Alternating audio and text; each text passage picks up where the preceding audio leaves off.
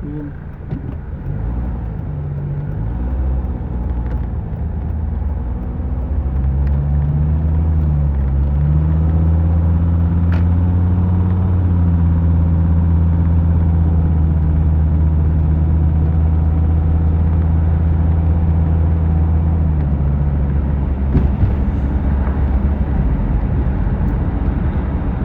Welcome to the veritable edge of Western civilization.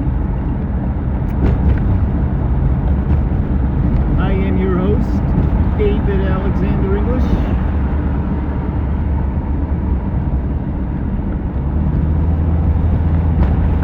Driving up from Santa Monica through Malibu this morning.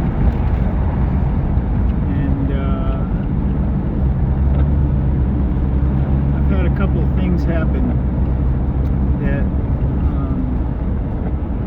have been telling me I should talk about this.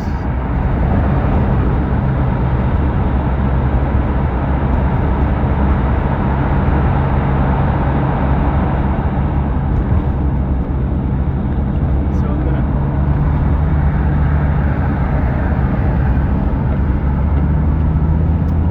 the topic of the day is today is February 13th, 2021, which is my mother's birthday. She would have been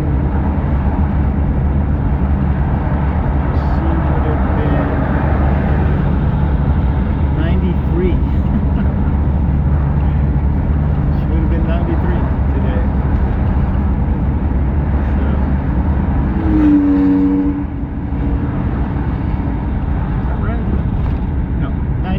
Today. She was born in 1930.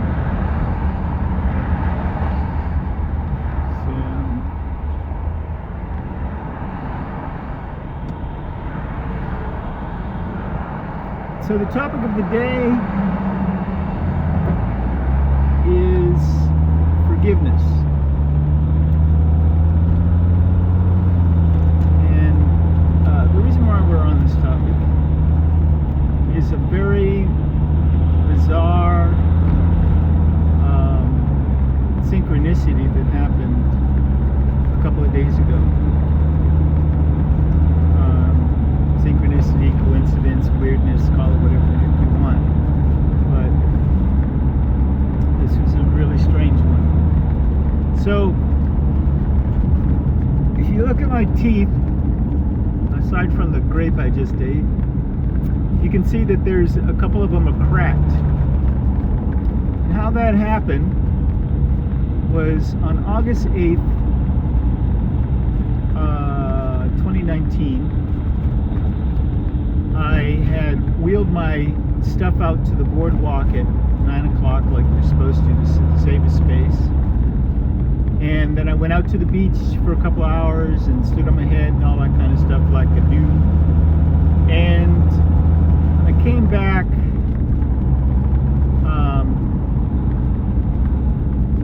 I had some stuff to do, some busyness to do in my van, so I went and I did my internet stuff. And when I came back out, there was a brother that had set up in a space that wasn't a space, and nobody really sets up there. And I had noticed him when I had walked away from my stuff that he had just gotten there, and that he was, somebody I'd never seen before. And it didn't make much of a difference to me because I was all set up, and I've been setting up there for 30 years or so. And most people there, they kind of know and respect whoever has been around a while. Anyway, this guy, when I came back to the boardwalk ready to set up, he had his stuff half into the space that I was in. And when I asked him to move his stuff,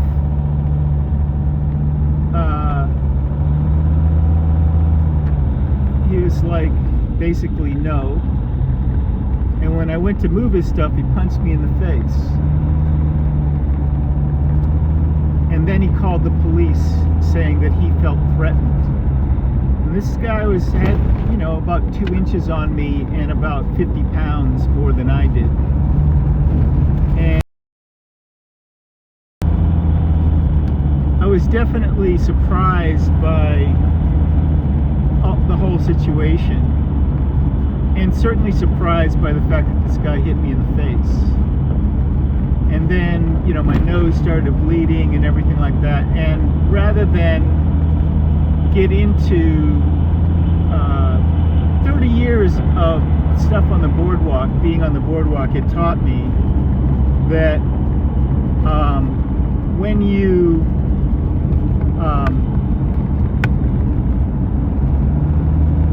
fight on the boardwalk and the police come, they will take both of you to jail. So I didn't want any hassles with the cops. So in a instantaneous go-to instinct, I did not strike back at this person. And so I guess you could say I turned the other cheek. And then that's when he called the police, saying that he felt threatened. So the police come, and they separate you, and you tell your story to one guy, and then you tell your story to the other cop, and then they go and they compare notes, and make a long story short, I agreed to not set up in that spot for the day, and that nobody set up in that spot for the day. And I didn't even say anything to the cops about the fact that the space that he was set up in wasn't a space, because the rule on the boardwalk is you don't involve the police unless it's absolutely necessary, and you don't rat out people if you can avoid it, right? But this guy, obviously, he wasn't, hip to the rules of the road, the street, or whatever, and he was just being a real dick.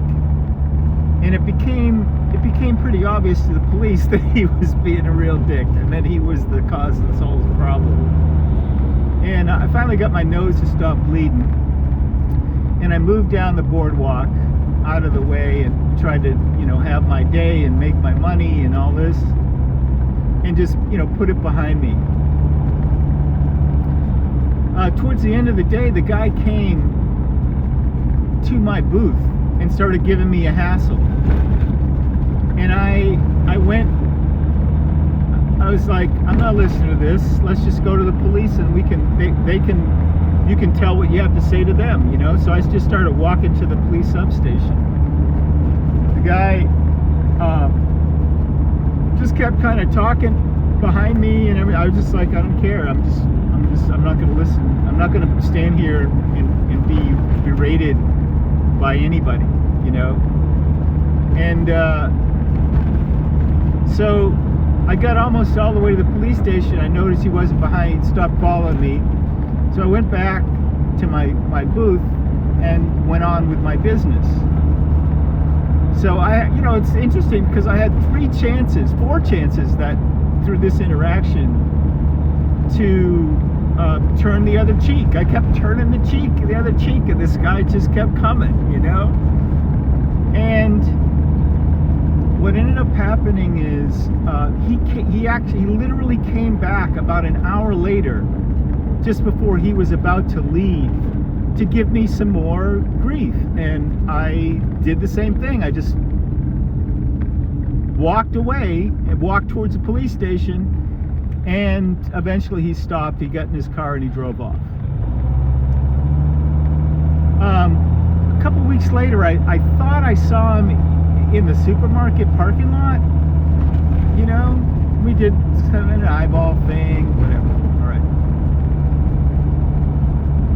As it turns out, this was August 8th, 2019.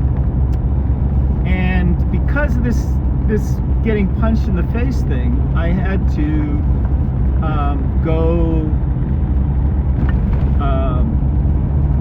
I wanted to get my teeth checked out, by a dentist. And I didn't have a whole lot of money, and I wasn't on any kind of public assistance or anything. So I didn't have Dentacare or Dentical or whatever the heck it is. And so I went to the Venice Family Clinic, and in order to get to see a dentist, you have to see a doctor first, right? So and get a referral. So I go to the family clinic to see a doctor, and I end up seeing a nurse practitioner, and I tell her what the story is and everything, and she opens my mouth and she sees this tumor in the back of my mouth. Now, I had kind of suspected that there was something really wrong with what was going on in my mouth, but at the time I knew I was going to have to go see a doctor, and I was hoping that I could wait until after I had committed to doing an art installation at Burning Man, and I figured I'll wait until after Burning Man, and I'll go when I come back in September. But she took one look and she was like, sounded the alarm, and it set this whole thing in motion that resulted in me getting the diagnosis for squamous cell carcinoma. And one of the last things she said to me before she referred me to the ENT department and the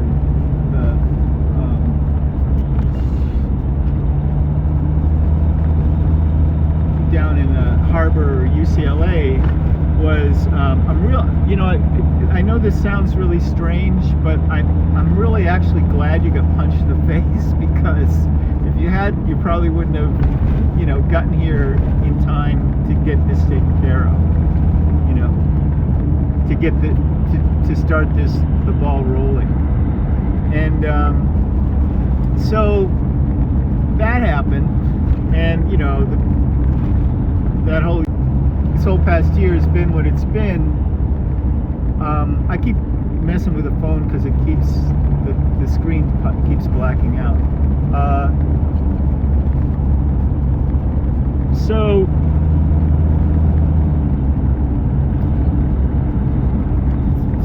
to reiterate, if you haven't heard, I started a year ago yesterday is the anniversary of when I started chemotherapy, and then 11 days later I started radiation, and then in March I had 2 infusions, and then I had 2,400 units of radiation, and I went 26 days without eating, and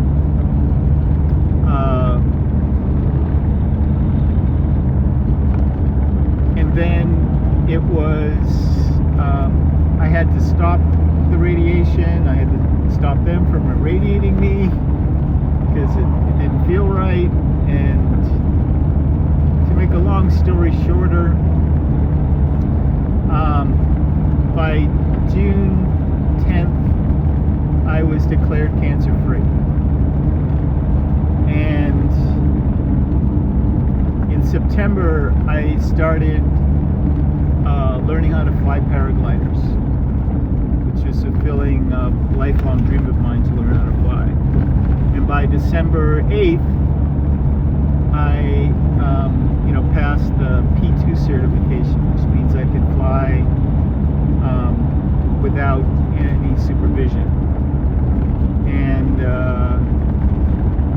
so I started traveling around Southern California looking for places to jump off, and continue teaching myself how to fly. And then about a month ago,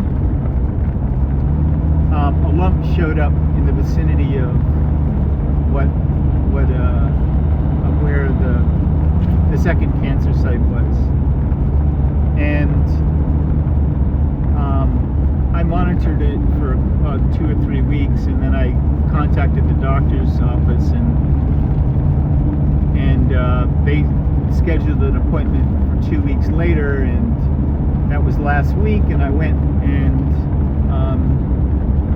had a physical exam and blood work and all this sort of stuff, a CT scan, and now there's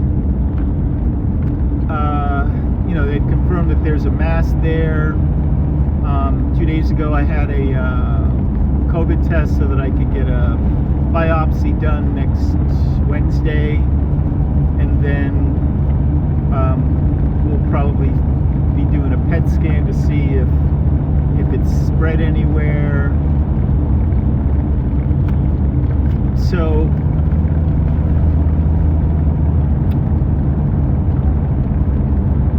the other day, after the doctor's visit, I drove all the way down from Monterey Bay, where I'd been flying. Had some amazing flights up there, Sand City and Marina, and I had the longest flight of my life so far, without any supervision, about a 36 and some change minute long flight that you can watch on YouTube, on my YouTube channel. It's part of the Learning to Fly series. It's number 12. I actually had 3 flights that day, and I shot 2 of them. It was also the first time I'd shot using what do you call that? A GoPro. So it's really high def. And anyway, so after I saw the doctor, I went to I really felt the need for some hot springs, so I drove up to Bakersfield, intending to go up to Miracle Hot Springs, and I pulled into Bakersfield to a supermarket to get enough food for a couple of days. And while I was there, I get a phone call from the doctor saying that, they've scheduled this. I need to get a COVID test and the biopsy, and which meant, I only could do like a day at the hot springs, and I'd have to come back. So, to civilization. So I, went to the hot springs that night, got a good soak in, and then, camped, parked on the side of the road, and intending to spend the whole day in the hot springs. And so I drove down, parked in the parking lot, and got my water bottle, and pretty early, or early for me anyway. I am not a morning person, in case you hadn't noticed. So I went to, walk down the path, and which is about 50 yards from the hot spring, from the parking lot.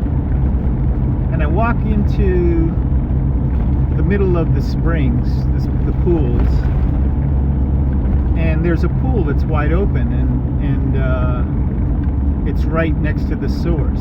So it's the one I was in the night before, and since this, I've been trying to keep my ears and nose out of the water. Just not taking any chances of in case there is an infection or something.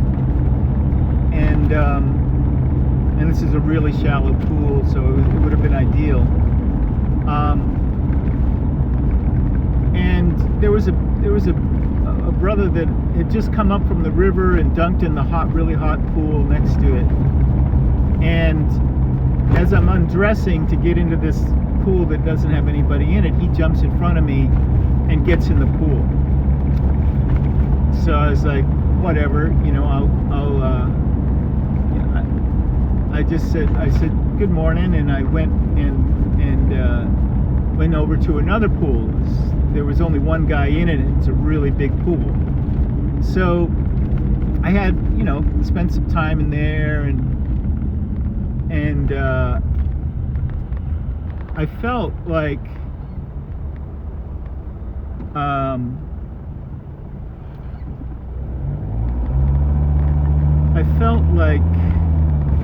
there was something familiar about this guy, and I was thinking, is he famous, or have I seen him on TV or something, But anyway, something happened where, I don't know, I got up, and that pool that I wanted to be in earlier was open. Oh, I know what it was. My water bottle I'd left over there, and I wanted to go get some water, so I went over and the pool was open. So the guy had gone back into the river, the pool's open, so I go and I get my water bottle, I take a hit of water, and I get in the pool, and relaxing and everything, and unfortunately I have my ears above the water so I can hear all the conversations that are going on and everything, and I'm listening to this guy. He gets into this other pool where there's two other people in it, and I'm listening to their conversations, and they ask him what he does, and he vice versa, they're coming down from trimming up north, working on a pot farm or something, and they ask him, and he says, oh, I'm a painter and a jack of all trades and everything, and la la la la la. And then it hits me. I realize that this is the reason why this guy looks familiar. This is the guy that punched me in the face. And right then,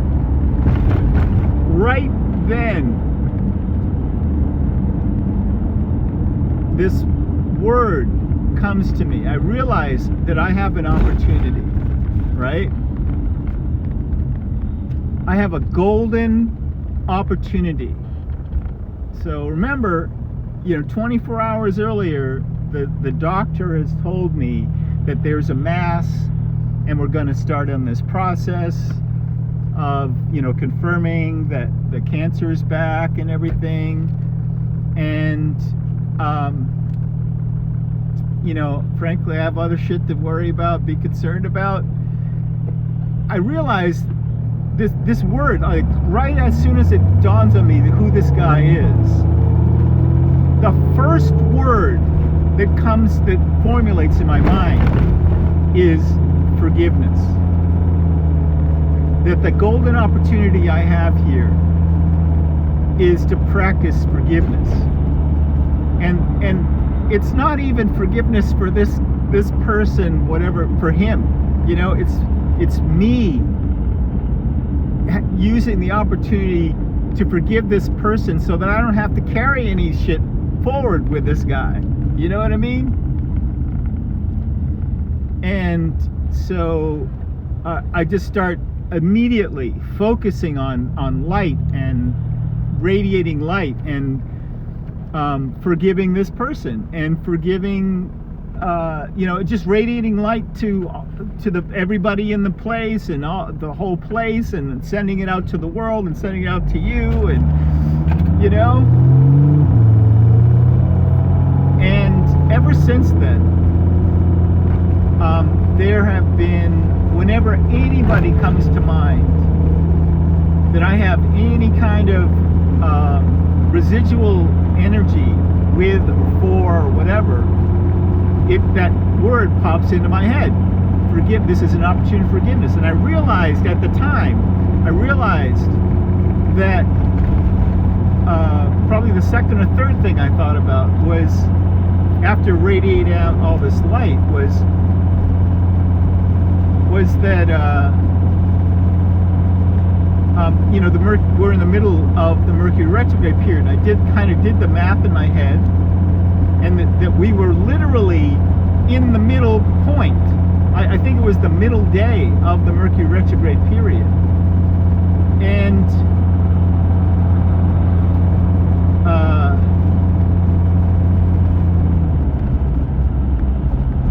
Mercury retrograde is all about inner communication. It's also about, it's an ideal time to repair what needs to be repaired, especially what has long needed to be repaired, right?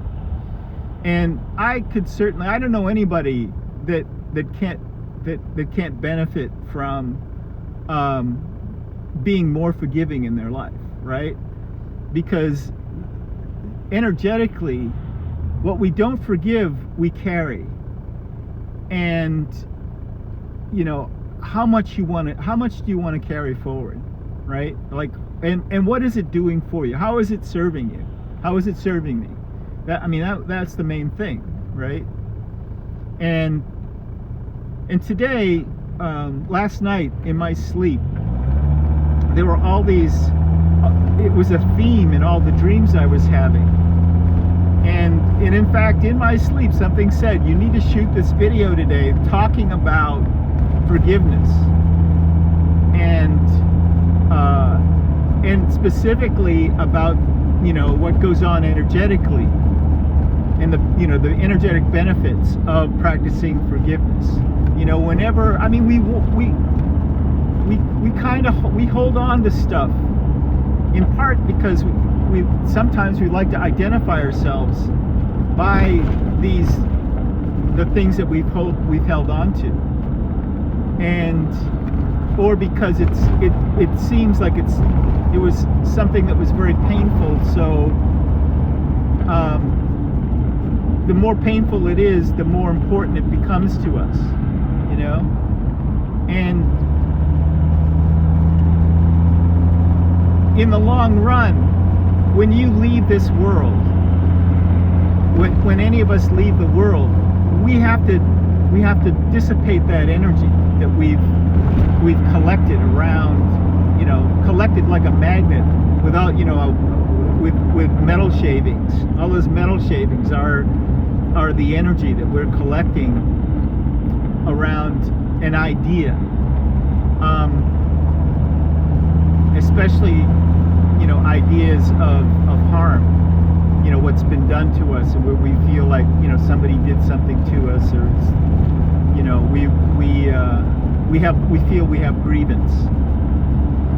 And instead of necessarily seeing, you know, reaching to a place of seeing the larger spiritual picture of, if this is a practice, it's easy to practice when it's something yummy, but when it's something yucky, like what I'm talking about, when something happens, when we can see that the person is, you know, an infinite and immortal being, a divine messenger, and that they're fulfilling an agreement, a spiritual agreement that we've made before this life.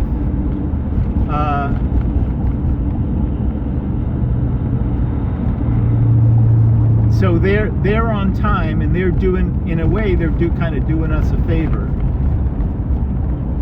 And you know, we're doing one another a favor. I can only imagine what this person, when he realized who I was, I think I can only imagine what he was thinking. And he left rather quickly after that. I looked at him, and I could see that he I didn't look at him long, you know. I didn't want to give him any idea that I was gonna, you know,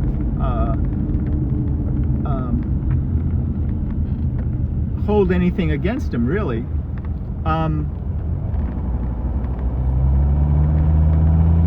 But he left. He left pretty much right away as soon as it seemed like he recognized me, and which was a really good thing, because I gave it a thought.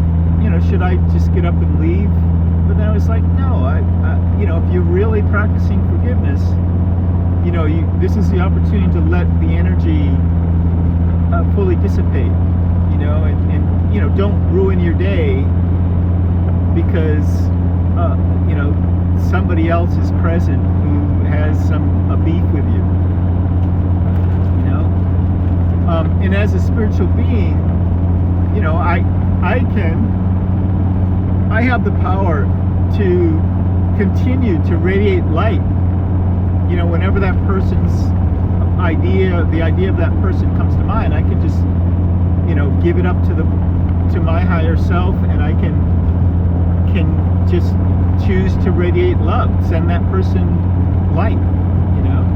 Love is light, and light is love. So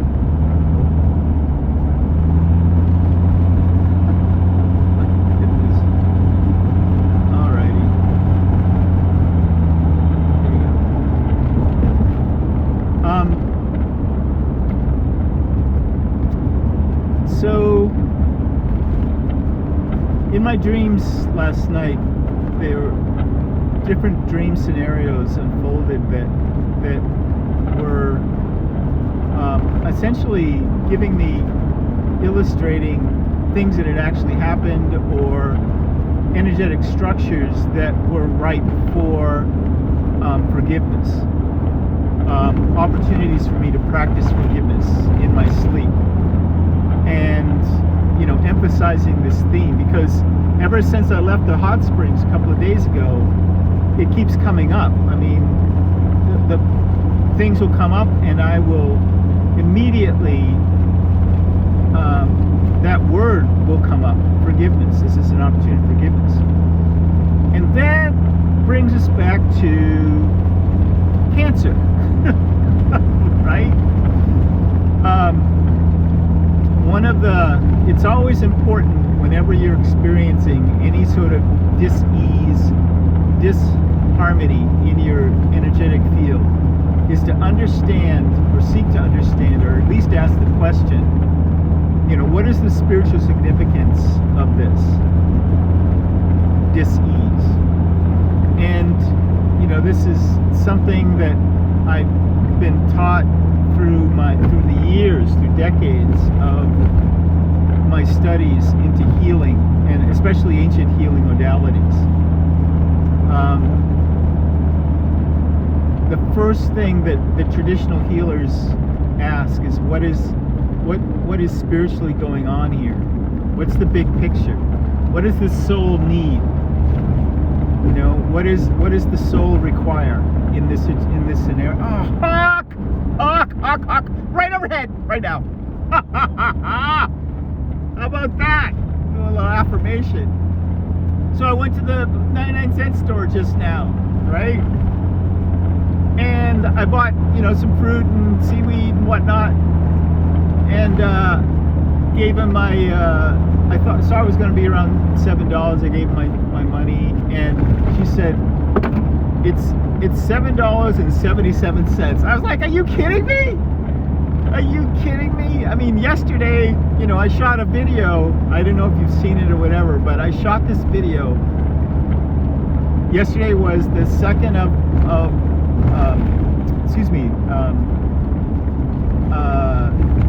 was 2/12/2021. And I started shooting the video at 2/12. It's like that.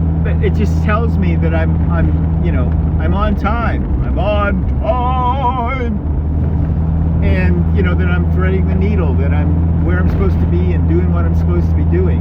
It's affirmative. In the hot spring, right after this thing happened and that guy left, I turned over and I looked downstream, and right above the creek there were 4 hawks circling. 4 hawks. I mean, you know, hawks they don't flock, right? They were very territorial. In fact, one of them swooped after the other. But 4 hawks, you know, and, you know, hawk medicine is the messenger of change. And that said to me, there's some big changes afoot here, my friend. And what a blessing to see 4 hawks thermaling together.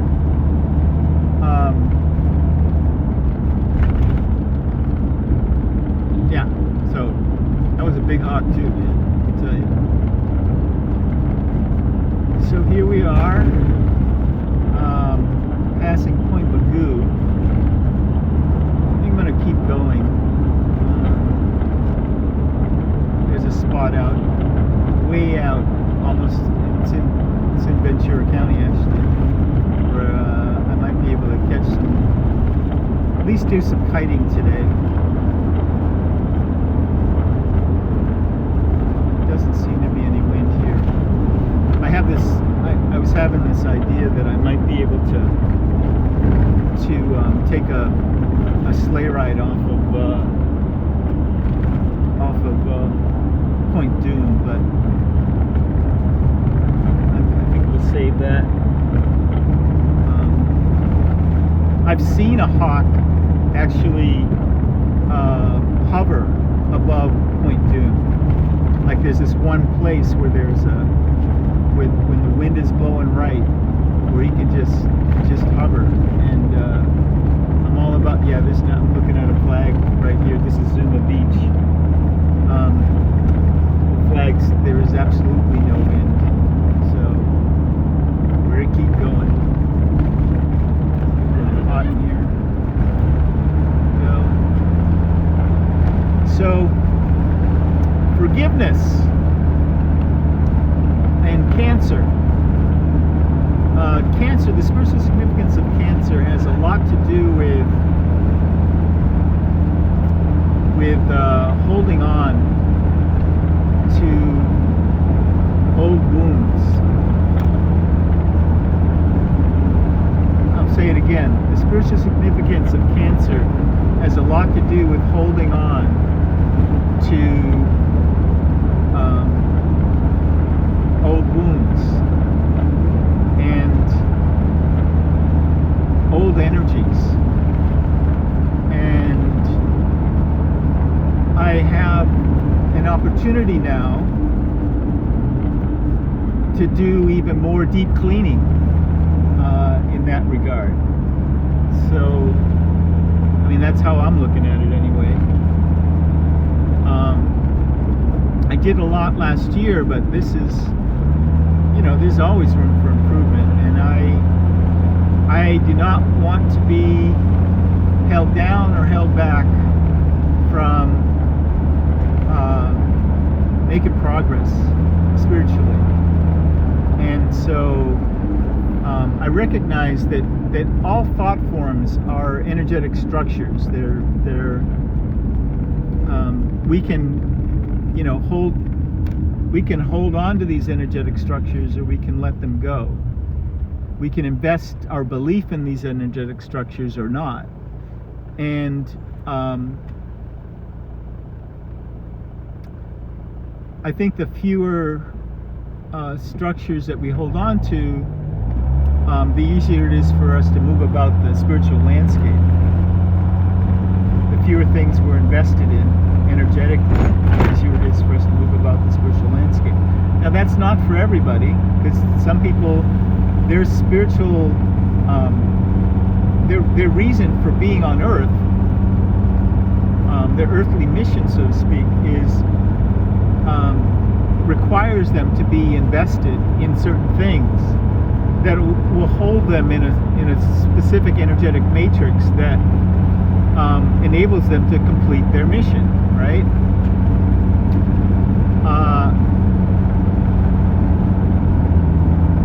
And so we have personalities and all that stuff.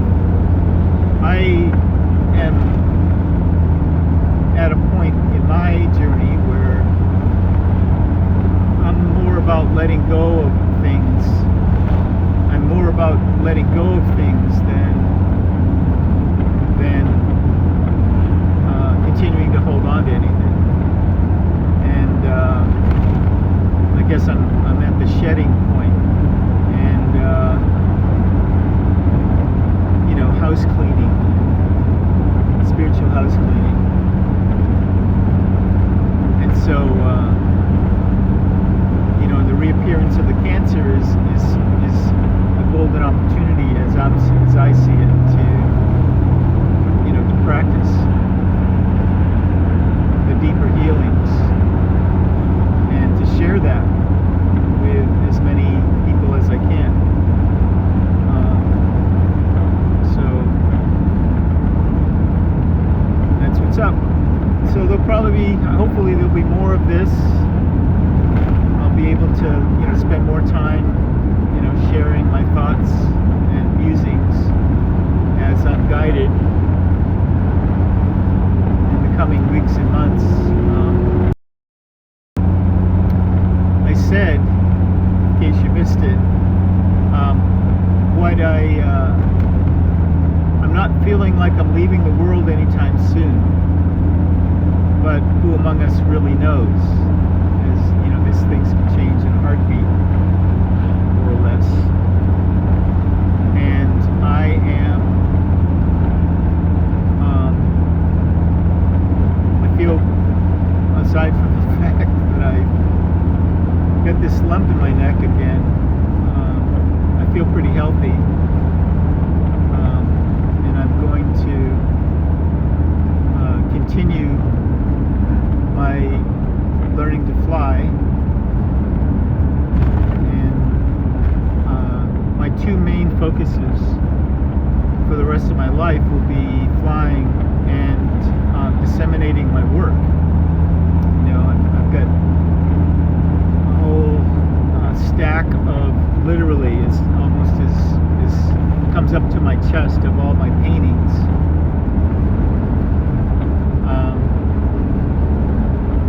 And manuscripts, and I'm still at the point where there's a certain amount of frustration, and frustration is part of this whole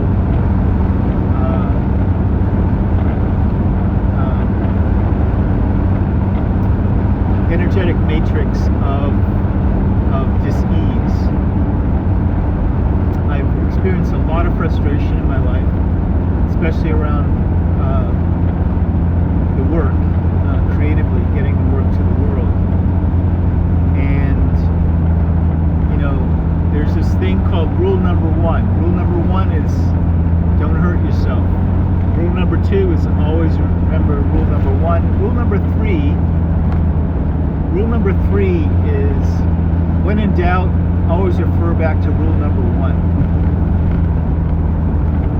And it goes on and on, snarky way about rule number one. Just, don't hurt yourself, David. And being frustrated, sense of frustration is an easy way to hurt yourself. It's one of the easiest ways to hurt yourself. Because if you're feeling frustrated, you're not necessarily seeing the bigger picture. The reason why things aren't happening is because they need to not be happening yet.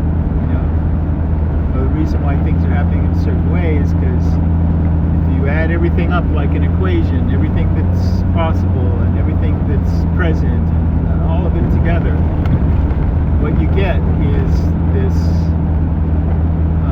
is what's happening.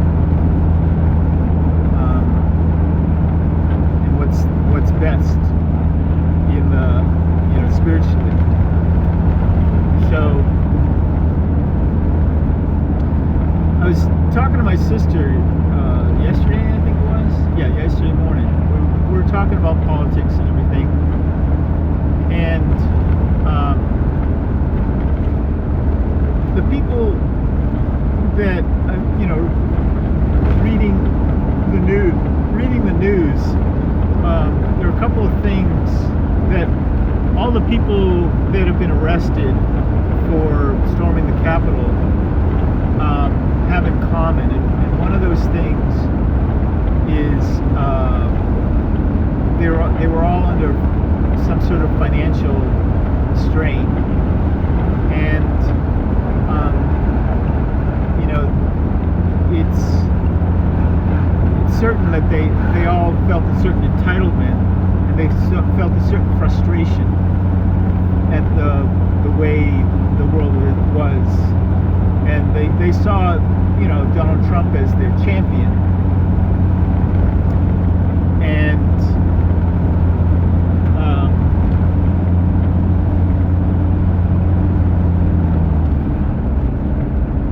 I think I'll just pull over right here while we get some good bars. Ain't no hurry. They saw Donald Trump as their champion, and he played on that as the person that was saying that he was dedicating himself to bringing the world back to what they perceive as a time that was going to be where their privileges would be reinstated. The sense of loss of entitlement. They might not have called it entitlement, but they felt that they were entitled to to something. They wanted the world a certain way. They wanted it to be the way it used to be, and it wasn't being that, and they were frustrated by that. I was watching this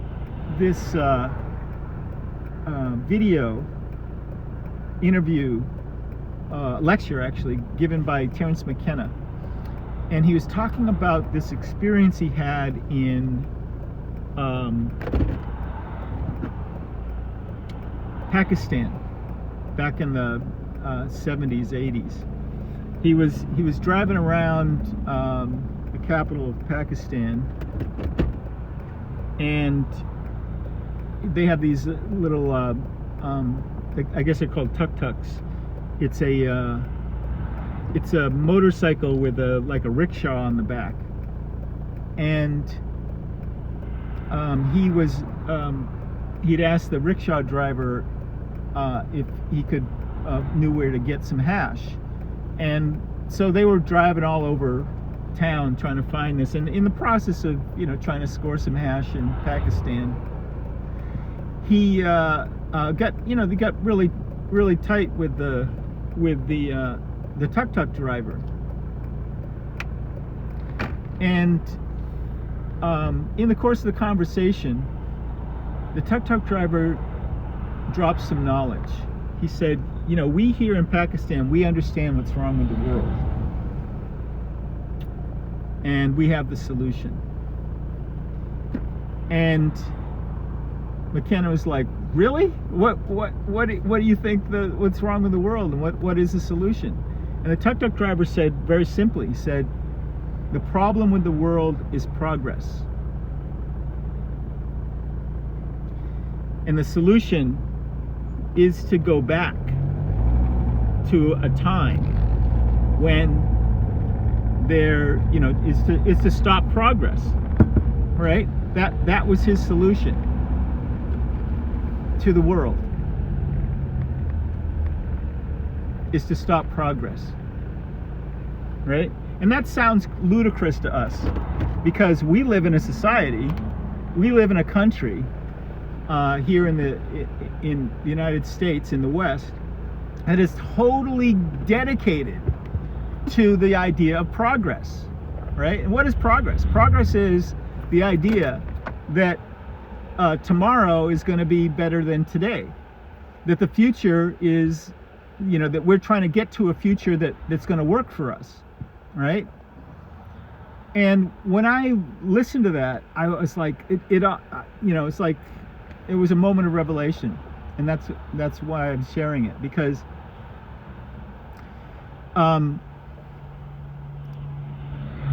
it explains the core cultural rift between the West and Islam. There's over a third of the population of the world are all of this, so many countries that are followers of Islam, and they're not going away. They're going to continue to believe as they believe. And Islam itself, if you think about it, the main focus of Islam is to return to a time when Islam was the dominant and most powerful culture in the world. And when was that? That was when Islam started, really. When Islam started to expand around the world. It's when they started their their calendar. In the year 622, I think, in the Gregorian calendar.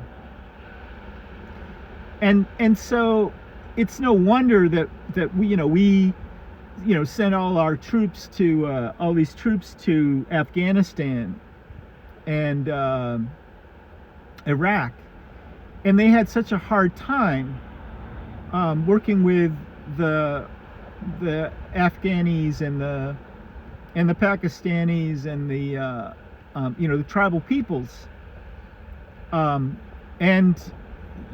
the people in Iraq, because they're trying to go back and we're trying to go forward. That's the bottom line. They're trying to go back, they want to go backwards, and we want to go forward, right? Now, here we are in the States right now. If you look at what happened in 2015, 2016, right? What's the basis of Brexit? People in Britain wanted to go back to, some people, enough people wanted to go back to a time when they were not connected to the European Union.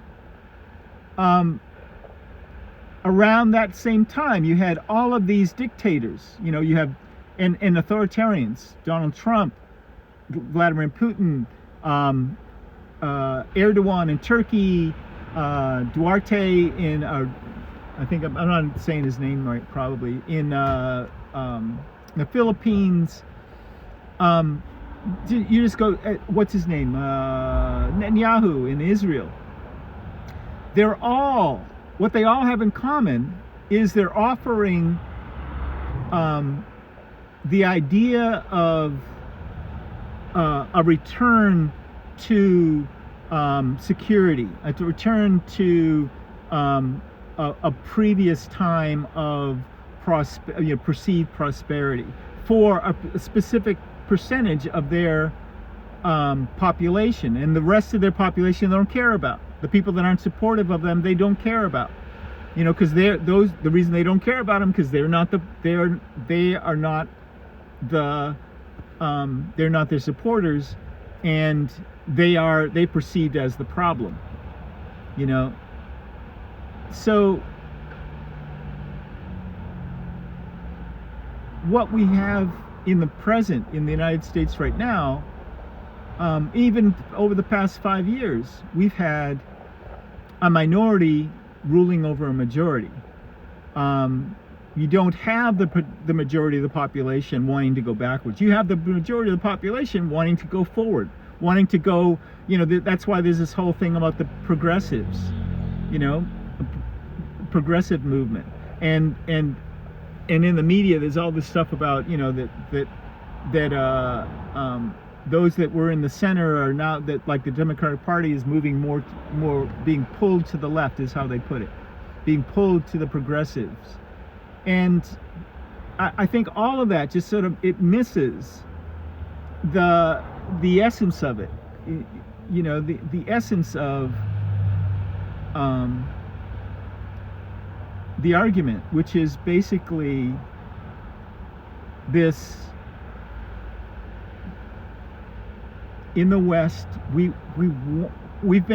grew up with this idea that tomorrow is going to be better than today, that we're moving towards a place, a space in the world, where the point of creating a world that works for everybody. We see that as a possibility. Now, the other folks are saying the same thing. They want to move to a world. They want to move the present into a world that works for everybody. So long as that is the way that that it looked like in the past. And they're willing to sacrifice you and me and everybody else that thinks differently. Whereas the progressive, let's say, those that are focused on progress are like not willing to sacrifice anybody, willing to bring everybody into this future. Unfortunately, not everybody wants to go, you know, but it's inevitable. It's inevitable that we have to move towards a more sustainable world. And you know, the drill baby drill reality that, you know, 80% of Russia's economy is based on oil. Almost 100% of Islam's prosperity is based on oil. We can't continue to use oil, right? You know, the future of humanity is not an oil-based future. So something's got to give. And those folks are trying to perpetuate that future, that past, for that perceived imaginary things used to be better reality. But better for who? You know, I mean, example, I mean, as a person of color, you know, my native background, you know, my grandfather was full-blooded Native American. You know what I mean? It's like the Native Americans have not been, there's no back. You know, we're not going to have, we know that, you know, this country is not going to be, you know, people living on the land. That's not going to happen. That ship has sailed, right? And there's no back for us to go to. The back that all these people want to go to has us being just oppressed.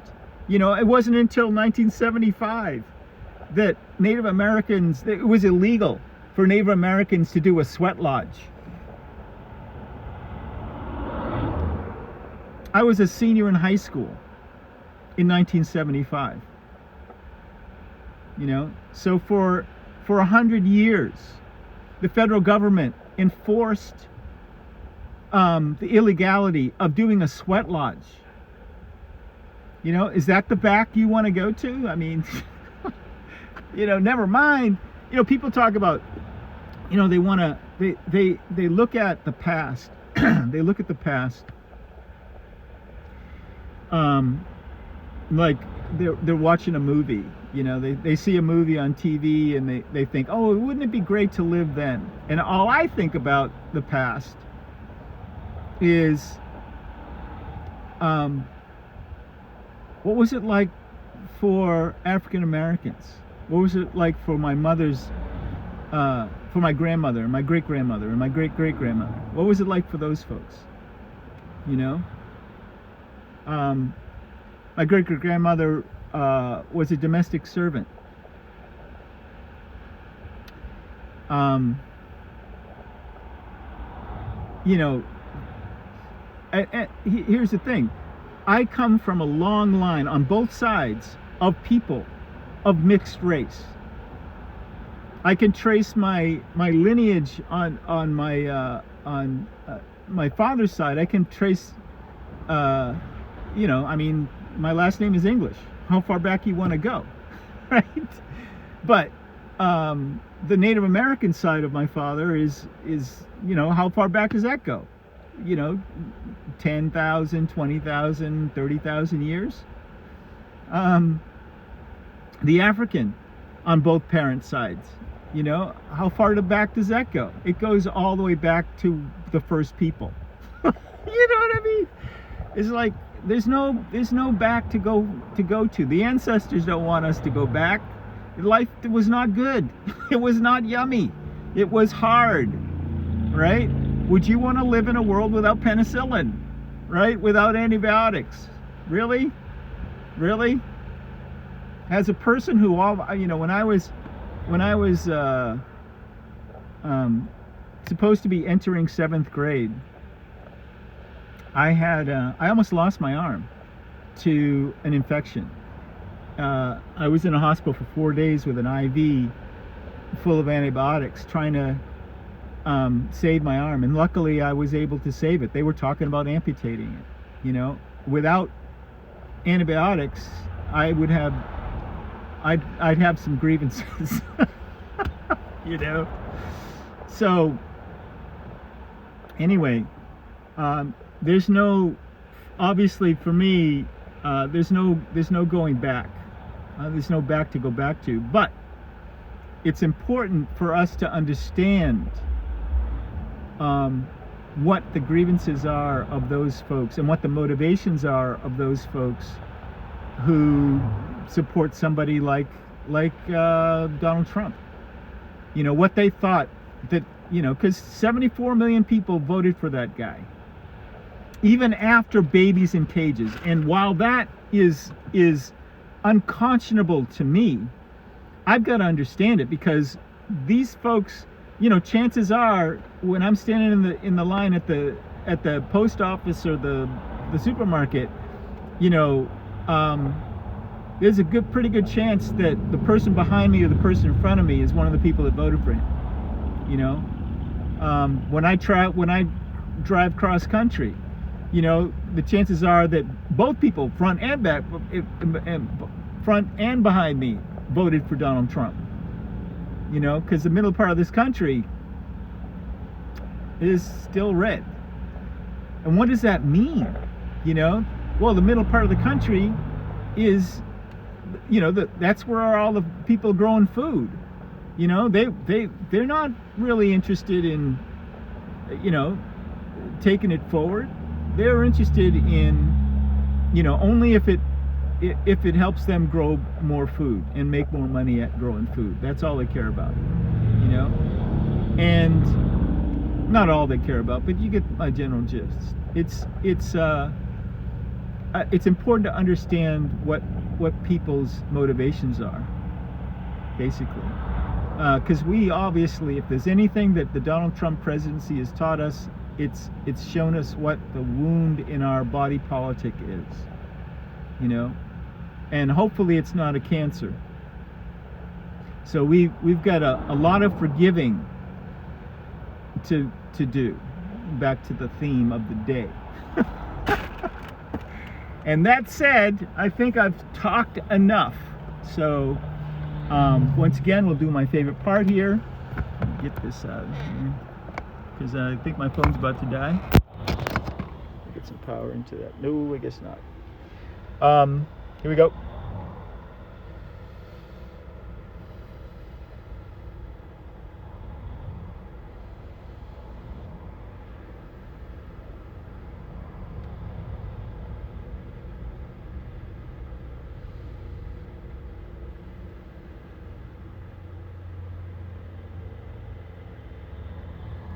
This is me